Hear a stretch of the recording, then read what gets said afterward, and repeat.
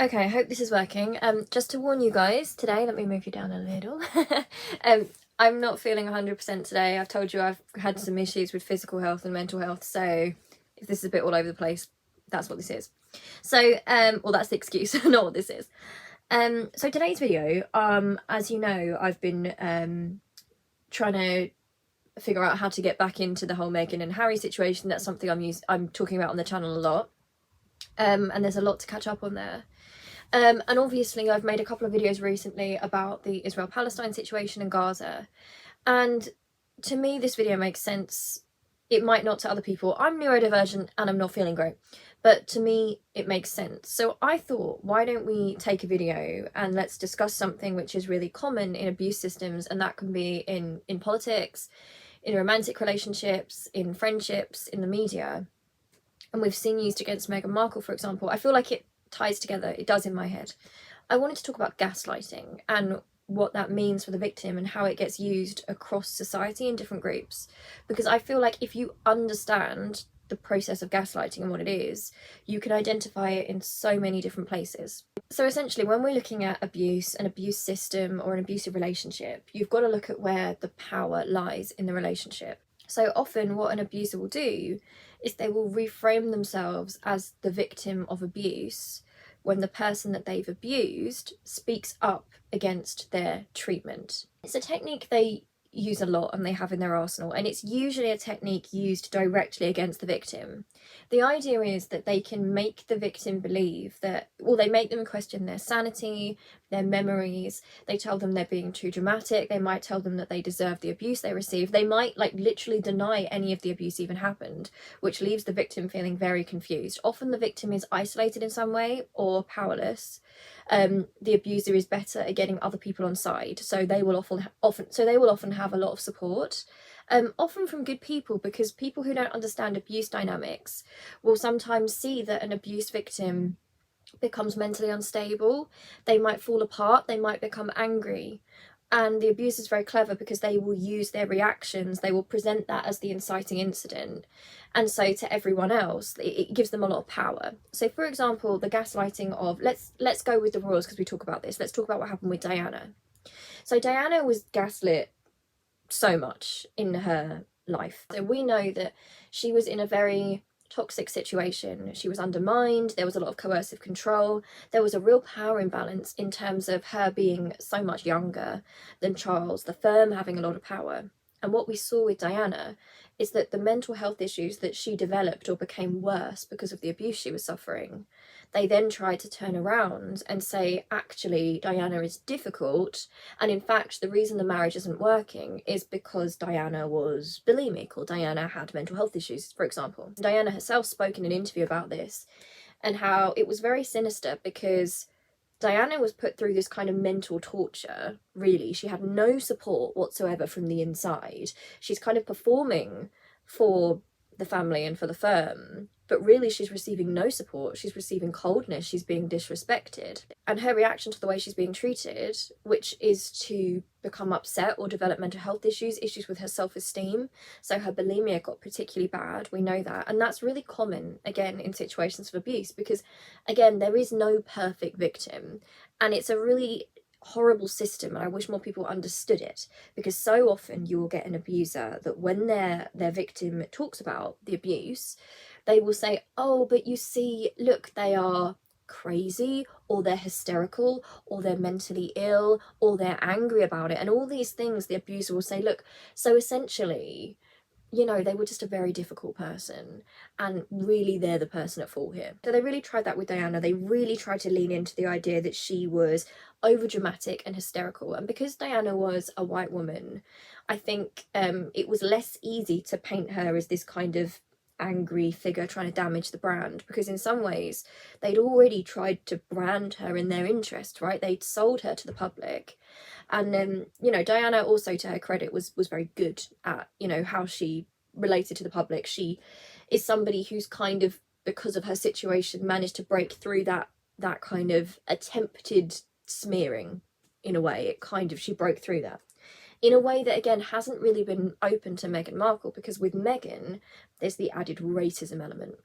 So people were more likely to view Diana as the victim of the situation and feel sympathy for her because she was a white woman. And of course, because she was the victim of the situation and she deserved all that sympathy and more. The idea in that situation was that, okay, Diana is being made so miserable by this system. She's got no support. She's being driven to the brink.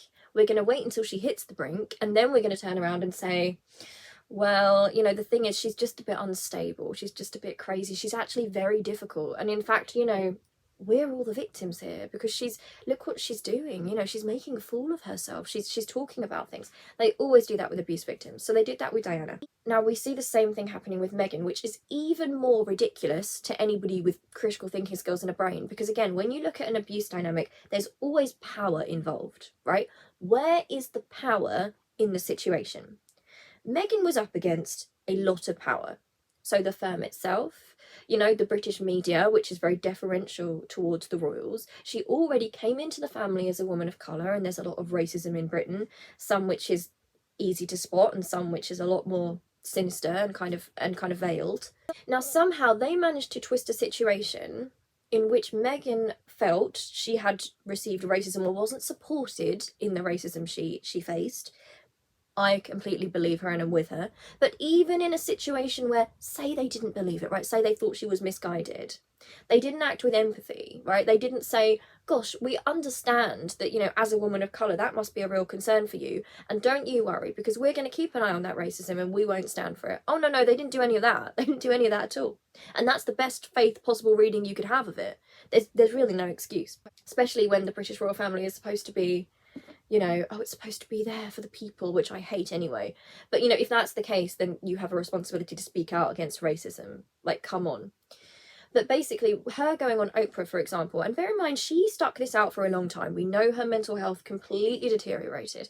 She stuck this out. She behaved in a way that I don't think many victims even could. You know, she never seemed to be angry in public. She was very careful with what she said. She was in some ways the perfect victim. When I say that, there is no perfect victim, that's what I'm trying to say, but like that's kind of a signifier of how ridiculous it is, because you can be somebody who reacts in all the right ways, and again, there's no right or wrong way to react as a victim. If you're a victim and you're angry and you're upset, you have every right to that. But they say, oh, you know, we would have listened to you if this, if that. And the truth is that, I mean, the whole story of what's happened with Meghan has absolutely just, it's shone a light on how ridiculous that is and how it's not true. Because she's always been eloquent, you know, she's always been articulate with what she says. She's not acted in anger, you know, she hasn't done anything impulsively. And it was reframed that this woman, you know, when she went on Oprah, it was suddenly reframed that she had all this power and she's an attacking force and she is trying to take down the royal family. The papers, the media, they portrayed her as if she was an antagonistic, powerful, dangerous force. And they made this family and this firm, which has so much power, out to be the victim. They switched it around. And they gaslit her. So back to the point of the video, which is gaslighting. So they wouldn't even accept that there was racism. We in this country right now, I mean, like, even our leader of the opposition, who I can't stand, wouldn't admit there was racism towards Meghan Markle. Now, we know that the security services themselves have had to get involved because there have been concerns about attacks against her and attacks against Harry for being a race traitor. You know, we all know this. We've seen the memes that get posted. We've seen the double standards. You know, Kate can do something and it's perceived in a good way. Meghan does something and it's perceived in the worst possible way. It's the worst possible interpretation. But she's been gaslit. And not only has she been gaslit, they're not only telling her that none of that stuff existed in the first place. You know, you didn't receive racism. You weren't mistreated. You know, you didn't suffer any of that. It's even worse because they then switch it around and say, and also, in fact, you're the villain, and in fact, you're actually abusing us. And that is what abusers love to do. They love to twist the situation. They will push a victim to the point where, whatever they do, they have the power still to say, you know what, I feel attacked. And you can do this in the nicest possible way. A victim can say, you know what, I feel the way you treated me was bad. Right? It can be as small as that. And they'll turn around and say, I feel attacked. I think you're actually sounding a bit crazy and you're attacking me and you're attacking my good name. And I think that's quite abusive. And we see that in racism all the time, right? You will see, for example, people of colour like told so many lies, like, oh, if you do this, maybe you'll be listened to. If you do that, maybe you'll be listened to. The reality is, In a system of power and control, it doesn't actually matter how the oppressed person behaves, because whatever they do, they're going to be villainized. And Meghan Markle is an important, I feel like it's so valuable to look at what's happened to Meghan here, because Meghan is light-skinned, right? Meghan did try to work within that system. Meghan did not get political. She did all those things that they tell people of colour, oh, you know, just do the right thing and you won't face racism. And what happened? What did they do to her? They have thrown her to the wolves. They've made her a hate figure across the world, is what they're attempting to do. They tell lies about her in the papers. They send her to the brink of suicide. They have villainized this woman for absolutely nothing, right? And this is why I feel like it's important to look at Meghan. I'm not trying to say that she has the worst racism anyone's ever faced. You know, she's the sort of person that, you know, when they talk about, you know, how a victim should behave, she's not put a foot wrong, and they have absolutely attempted to destroy her. You know, that's how bad the racism is here. And it's like when you look at, you know, slavery, the civil rights movement, for example, you'd have people in the movement who would be non-violent. You'd have people who would be violent. You'd have, how do I explain this? Okay, so if you're imagine you're in a class of kids, right? And there is, to get this power structure right, let's say it's a teacher. Let's say a teacher is bullying students in the class, because it needs to be a power dynamic. There needs to be a power dynamic at play there. So different students in that class, all of whom are victims of this teacher being a bully, will react in different ways. So you might get the child who gets upset and withdraws. You might get the child who tries to appease the bully, tries to show, no, look, please treat me well, like I'm doing the right thing, you know, please give me respect. You might get the children that kind of ally up together and form a little group to kind of protect themselves. You might get a child who becomes angry, right, and acts out, gets upset with the teacher. You might get somebody who you might get somebody who tries to expose what's going on. They're trying to tell people about what's going on with the teacher. In that situation, because there's a power imbalance, basically no matter what those kids do, if you think about it like that, they can't win because the power is against them. The person in power has the ability to twist whatever they want. It's not that an oppressed person ever should have to beg for their rights from the oppressor, because the whole idea of oppression is that it's based on inequality and it's not mutual respect. If there was mutual respect, there would be equality already, right? That's the problem.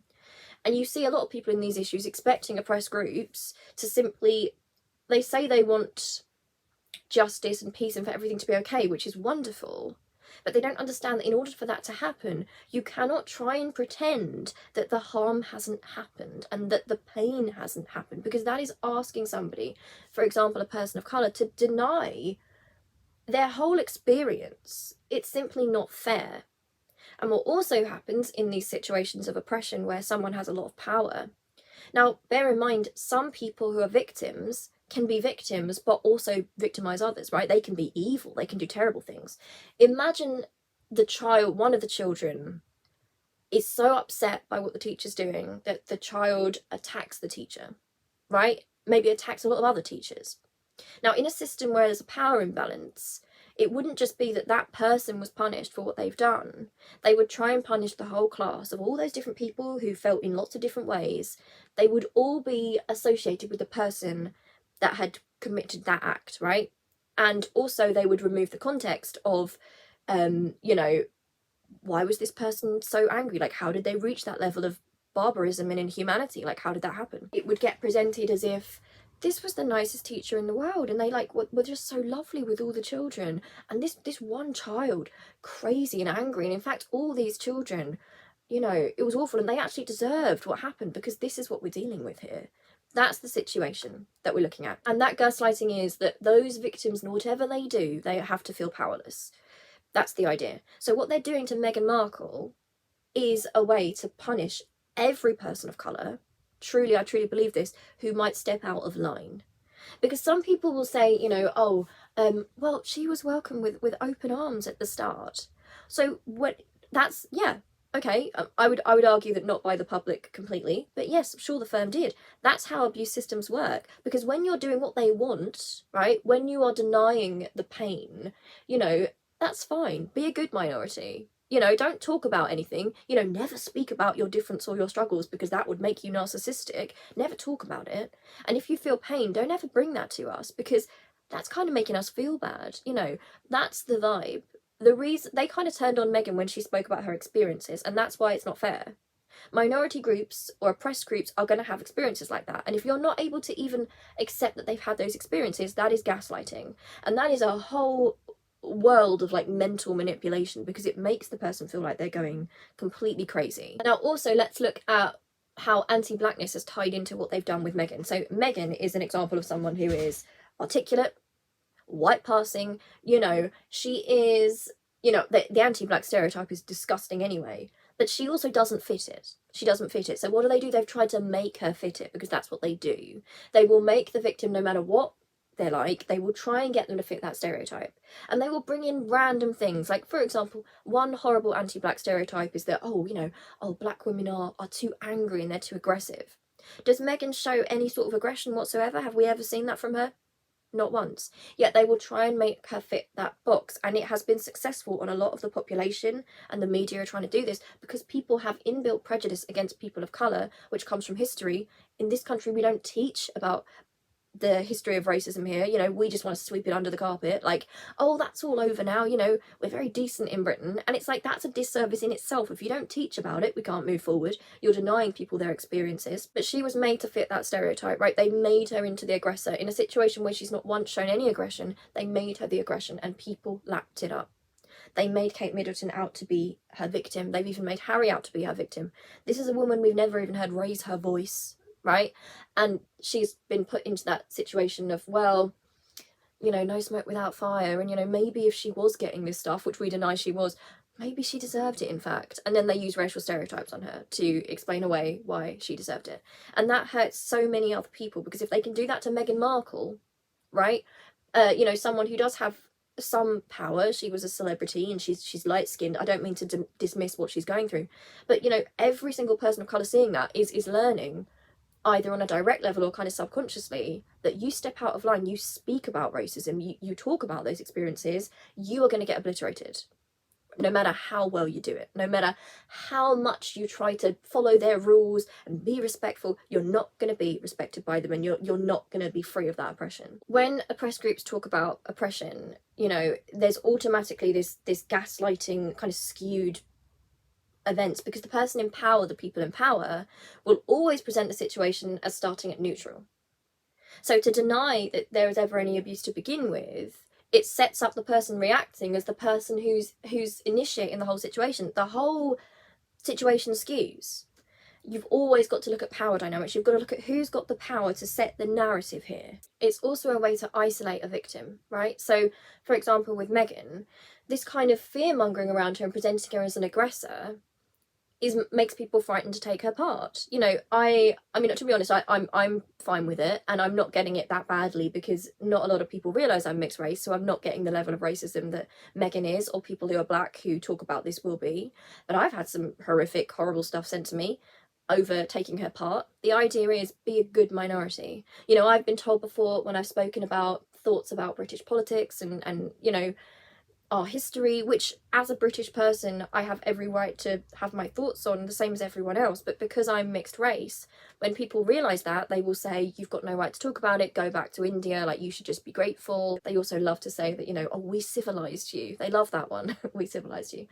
Great, very, very civil. I'm glad to know that after all that, we live in a community and a society where a person of colour speaks about racism and you tell them to leave. That's great. That's a real free society. But the idea is isolation. They do the same thing. They've done the same thing to a politician called Diane Abbott here, who is dark-skinned. She's a left-wing Labour Party MP. That's a difficult situation now. She's been treated really appallingly in the party. But basically, they went back and they found an interview she did on the radio where she misread some of her figures and she kind of misspoke. And that has been used, like, it's snowballed into this idea that she's stupid, right? She's thick. Like, people use memes in which they portray her as a stupid animal with no value, right? And that is racism, right? Like, those tropes that they use against her, because when other politicians say the most ludicrous things, you know, they get things wrong all the time, but specifically with her, they love to go back through that, you know, like, oh, everyone look, because it plays into a racial stereotype. So also the idea of isolation is that by by presenting Meghan as an aggressor, right, it makes people feel like they will be afraid to come out in support of her because of this whole brainwashing thing. It makes people, good people, think to themselves, well, if all this power's speaking against her, you know, I can't personally see there's anything wrong with what she's done, but there must be, because the papers are saying it and the royals are saying it and everyone seems to think it, and it kind of, that's like a mass gaslighting, basically. And this is going to bring me onto the current issue we've got with Israel, Palestine, and what's going on in Gaza. So again, I will say this very openly. I believe that any attack against any civilian, any child, is unacceptable, and I will never ever support it. I think especially so when it comes to children.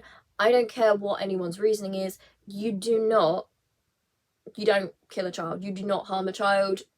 No way. You don't do it. It's despicable to me. The fact that I'm even having to say this is kind of weird, because it's like, if you support the Palestinian people in their right to not be occupied, you have to reassure people. But I'm happy to do that, obviously. Like, no innocent person, no civilian should ever be hurt. Like, I find it disgusting. Violence itself upsets me. The idea of violence being enacted on children is something that makes me feel sick. It's, you know, the fact I even have to say that here is kind of crazy, but I will say it. I'm happy to say it. But the reason I want to bring it to this and kind of talk about it is this. So what we know about what's happened, and stuff still coming out, is that we know that, for example, Palestine has been under occupation for a long time. So there was the Nakba, which was this forced displacement of Palestinians, an attack against Palestinians. And this is in quite recent history. This is in the 1940s. And from that time onwards, they've been occupied, they are being ethnically cleansed. A lot of human rights organisations have described the Israeli state as practising apartheid because they don't have the same rights. So Gaza is, like, I say this all the time, it's a heavily concentrated area with about 1 million children in it. And these are people who've been displaced from other parts of what is now Israel. So they're trapped there, and what goes in and out is controlled, and their food is controlled, you know, the electricity is controlled. They do not have power as a people in that situation. Now, obviously, what's happened recently is that Hamas has killed Israeli civilians, and it sounds like, from what we know, it sounds like the attacks were absolutely monstrous. It sounds like children were hurt. It sounds like people were assaulted. Like, it just sounds awful. It sounds absolutely horrific. But what's happening now is that Israel as a state is now attacking Gaza and bombing Gaza, and so many innocent people are being killed. The reason I wanted to talk about this in terms of gaslighting is this: that the myth of the perfect minority, right, and the perfect victim of abuse, it doesn't serve anyone.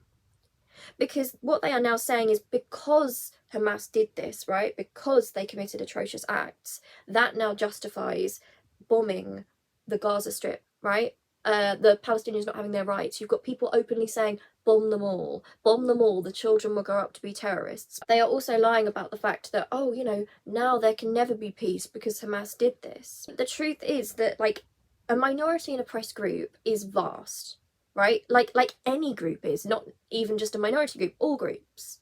You know, people will react in different ways to their circumstances, and what we don't do is collectively punish a group of people, especially innocent children, for other people in that community. And what we do with marginalised groups, and what we do in Britain with, especially with people we deem as Muslim, right, from the Middle East, is it's like we're conditioned to see them as dangerous. So if you see people seeking asylum coming over on dinghies, we've actually been conditioned to see those people as dangerous. You know, there's a big focus on, for example, Muslim grooming gangs and South Asian grooming gangs, and I'm not saying there shouldn't be a focus on those grooming gangs. Of course there should be, it's disgusting, but it's kind of linked to them being South Asian or Muslim, the way the media portrays it. You know, most people who are involved in those kind of gangs are white people in this country. And it all adds up to this stereotype of Muslims and Islam and people from the Middle East. And, you know, even on the news, when we see these events unfolding, of course it's good that we should see what's unfolding and know what's happening. But there's also a way that, you know, when a body is brown, Middle Eastern, Muslim, it's like we've seen that as a consequence of war. Like, we see it all the time. It's like they'll show you footage of something horrific that, for example, if it was in Ukraine, they wouldn't show necessarily. You know, there's a different level at play. So there's these ideas already, that there were already ideas that people who are Islamic, and again, not all people in Palestine are, of course. There's lots of different religions in Palestine. There's a lot of Christians in Palestine. But the idea is that they are a monolith, and because this group has done this, and also they take out the context of occupation. That's not me excusing, you know, what they've done, but they also act like that started the situation when that's not accurate. It doesn't excuse any attacks against civilians, but that really isn't accurate. What we're looking at is the powerful state who is also committing terror. You know, it's interesting who we define as a terrorist and who we don't. And that's not me saying that certain people aren't terrorists. It's just that sometimes when an army like the US Army, the British Army, like in our history, when we've committed terrible acts, because we've had power and we've told the history, we are able to twist something that we've done horribly in our history, you know, or terror that we've committed against innocent people. And because we have the power to retell it, we somehow make ourselves the victims of other people. And, you know, this great history that we have, and we build it up, we have the power to switch it up, you know. It's like with when you study history, for example, I'm obsessed with the Tudors, Tudor history. There's Anne Boleyn back there, my girl. But, you know, when you look at the Plantagenets and the Tudors in British history, look at the depiction of Richard III, who is the, you know, the last Plantagenet king. He was defeated by Henry VII, the first Tudor king. And then because all, you know, the Tudors were in power, they rewrote the histories, they kind of skewed the histories in their favour. And now people think of Richard III, you know, as being this uniquely evil, terrible figure. I'm not saying he was a great person, but the people who are in charge, they are able to tell the story of what goes on. That's why I think studying history is so important. You know, I don't understand people who study history and don't learn from it. To me, part of the interesting thing about learning history is you see patterns in people, right? Even from different times, it teaches you so much. And how can we learn from that, and how can we do better than that? Now, what's happening with the Palestinians right now is that the Nakba itself and the forced displacement of them and their oppression is being denied. They are being gaslit on a huge scale. They've been suffering this for years and years and years. It's documented. You can do your own research. You know, lots of human rights organisations have spoken about this, desperately trying to help the people in Palestine and the people of Gaza, and to try and put an end to this occupation for the sake of the Palestinians and the sake of the Israelis. But the fact is they're being gaslit because places in this world, including us in Britain, a lot of our politicians are acting like there is no occupation, there is no apartheid. They're acting like these things haven't happened. They strip out all that context. And by doing that, that does a disservice to all the people there. When you gaslight someone, it's meant to isolate the person, right? It's meant to ruin morale, right? They don't want Palestinian people to even have sympathy in grieving for what's happened to them, right? And the situation they're in, because they can't acknowledge it. They don't want it to be acknowledged. It's something that they won't allow to be acknowledged. I believe that in Israel, I think, I might be wrong about this, but I believe you're not allowed to commemorate the Nakba.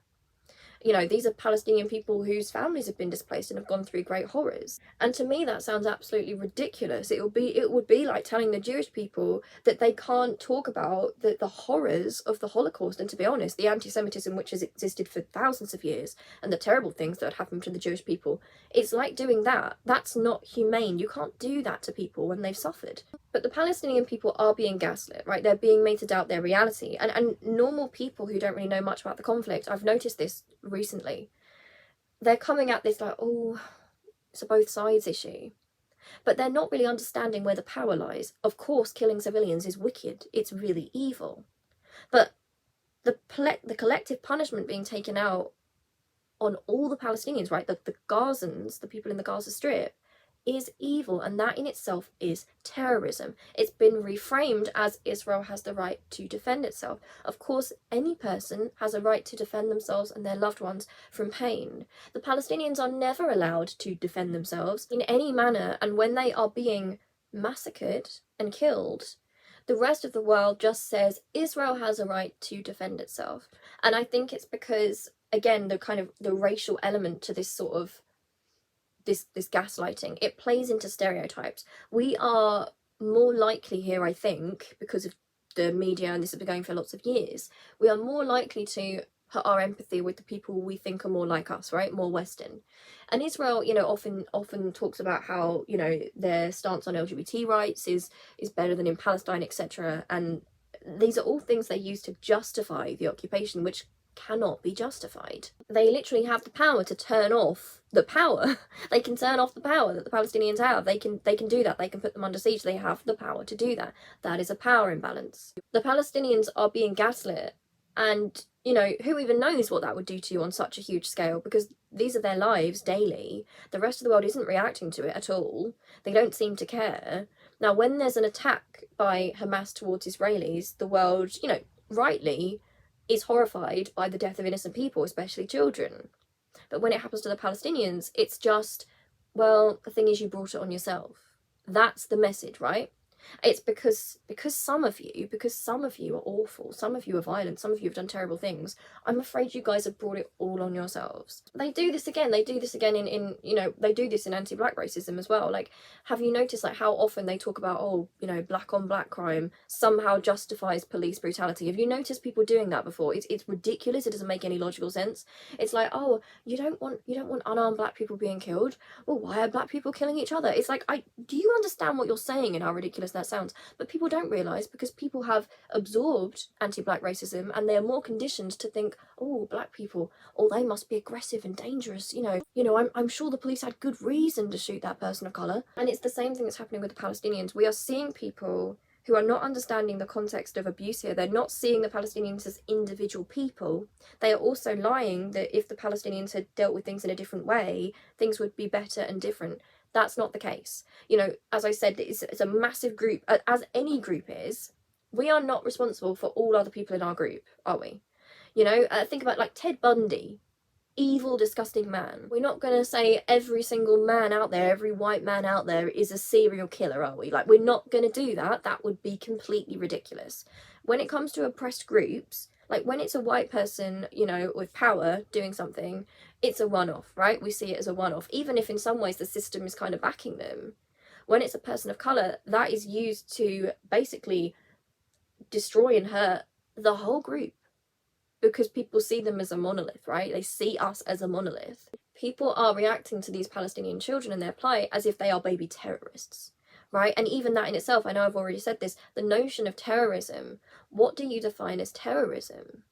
How is what Israel is doing with all that power not terrorism? It's not consistent. The gaslighting continues. The rest of the world is gaslighting the Palestinians. What happens to people when they're gaslit? Some people become desperate, some people completely fall apart. The idea is to make them feel like isolated and alone and like there's nothing they can do and that they should just give up, essentially. If the occupation wasn't an issue going on here, then there wouldn't be occupation. If that's the case, right, that it was just that was the whole cause, then the people that hurt civilians would be in prison, right?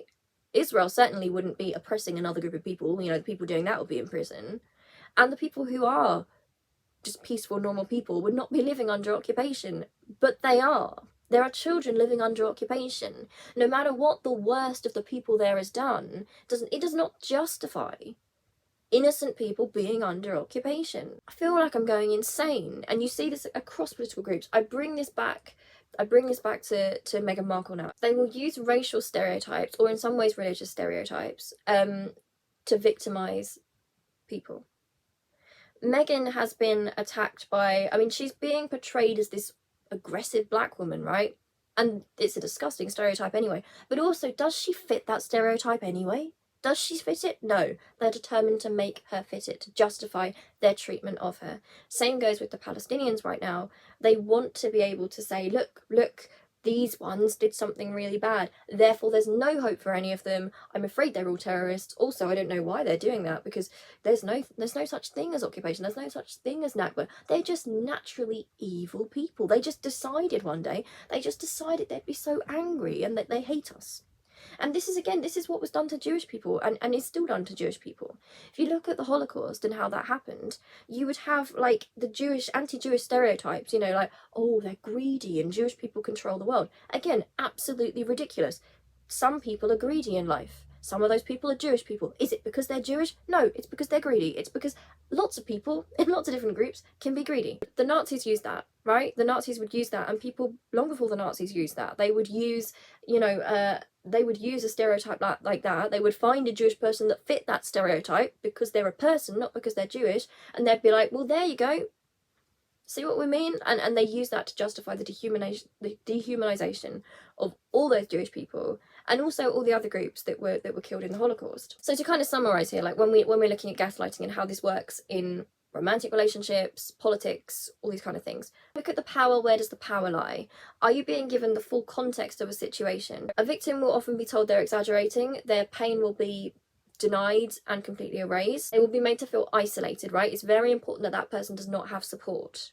And that's why it's so frustrating that often an abuser in a situation can twist a situation because they are able to hold it together. An abuse victim might have mental health issues, they might be angry, they might not act in the best ways. Doesn't mean they're not being abused. In fact, sometimes that can be a sign of being abused. They will be tone policed, so the way that they speak will be really scrutinised. So for example, Israel and the Palestine situation, you know, you've got, for some reason, showing the Palestinian flag, people are saying is now some sort of hate crime or should be considered a hate crime, yet showing the Israeli flag, which is a state which is openly killing civilians, that's not considered to be a hate crime. You know, you've got people openly saying that these are animals. You've got certain Israelis saying that it's time to destroy Gaza, like just destroy them all. There's no hope for them. They're all terrorists. And that is seen as, you know, oh, those people are feeling pain. You know, they're feeling pain and they're angry because of what's happened. And, you know, that they're just emotional. People of colour or the minority in these situations, the oppressed person isn't allowed to feel that.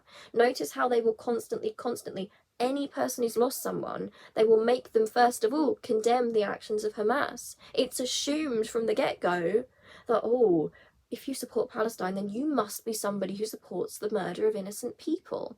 Yet if you support Israel, who are currently bombing Gaza, it isn't like, oh, so you support bombing children, do you? Like, the humanity is just not applied evenly. I really believe that if we understand abuse dynamics in all its forms, like wherever we see that in society, in small scale, in large scale, like we look at the media, we look at politics, global politics. If we can understand these dynamics, we will be better for it as a society and as a world and as just people unified all over the world. Remember that when it comes to minority or oppressed groups who are actively being oppressed, the oppressor will freely abuse them, freely oppress them, freely harm them, and other people won't say anything. And they will be looking for their victim to slip up, right? Which is sick in itself. They will be looking for that victim to make a mistake, to get angry, to seem upset, so that they can turn around and go, anyway, that's why we've been abusing them, right? That's why it's justified. And if you say to them, what do you mean that's why it's justified? What have you been doing? It's like, oh, nothing at all. In fact, everything's fine. They're just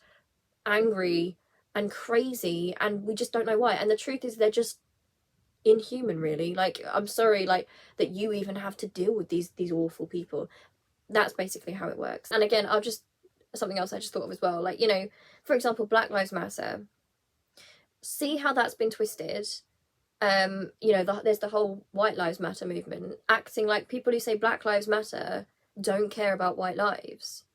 The reality of that movement is that it came about, whether or not you agree with it and how it's done, it doesn't mean that someone doesn't care about white lives. It's someone who feels that Black lives are not currently being protected and haven't mattered, and it's saying we matter too, and this is why. And the fact they have to begin any discussion with reassuring everyone that they do in fact love white people and don't hate white people is ridiculous. That's the dynamic that we're in. Believing in a free Palestine and a freedom for all people across the world, right? No matter what religion they are, what race they are, you know, we should want an end to oppressive systems, to colonialism, to ethnic cleansing. We should want a situation where we respect each other, we can disagree on things, but we can all live in peace with each other. But definitely keep an eye on who we allow to be angry and who we allow to talk about their pain, because that's a real signifier of power, I think.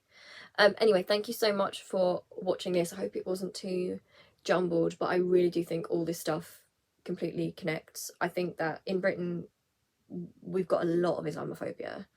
There's a lot of racism going on. There's certainly the idea of the good minority, because again, they're getting people of colour to front their most fascist campaigns, right? It's dark. It's very dark. But thank you so much for watching. Love you loads wherever you are, and I'll see you really soon. Okay, love you. Bye.